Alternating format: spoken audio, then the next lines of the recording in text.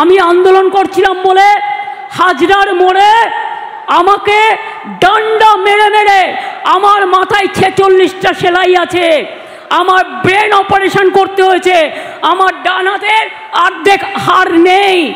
যখন প্রথম মারে আমার গোল গোল করে রক্ত পড়ছে আমি দেখতে পাচ্ছি। জেনে রাখবেন, সারা শরীরে এমন কোনো জায়গা নেই যেখানে আমার চোট নেই। 21শে জুলাই কোমরে মেরে কোমর ভেঙে দিয়েছিল প্রায়। আমাকে রোজ এক্সারসাইজ করে থাকতে হয়। তো সংগ্রামের ইতিহাস তিনি যাদের সামনে বলছেন, তারা কি এই সংগ্রামের ইতিহাস দ্বারা অনুপ্রাণিত হচ্ছে? কলকাতা বিশ্ববিদ্যালয়ের উপাচার্য তিনি বলেছিলেন যে যাই হয়ে যাক পরীক্ষা হবে। আজকের দিনটা কিন্তু কলকাতা বিশ্ববিদ্যালয়ে পরীক্ষা হওয়ারও দিন।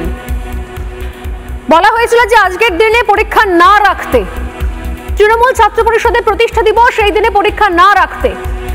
আর এই সংগ্রামের ইতিহাস শোনার আগেই তৃণমূল ছাত্র পরিষদের তাবর তাবর নেতারা বিভিন্ন সময় হুমকি টুমকি দিয়ে রেখেছিলেন।